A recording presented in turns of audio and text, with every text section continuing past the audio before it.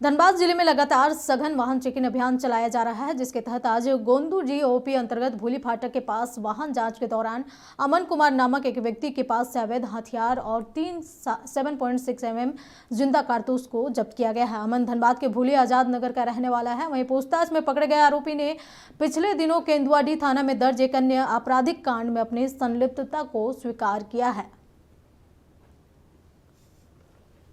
दिनांक 6/12/2024 को रात्रि में एंटी क्राइम चेकिंग के दौरान एक व्यक्ति को आते हुए रोका गया मोटरसाइकिल से।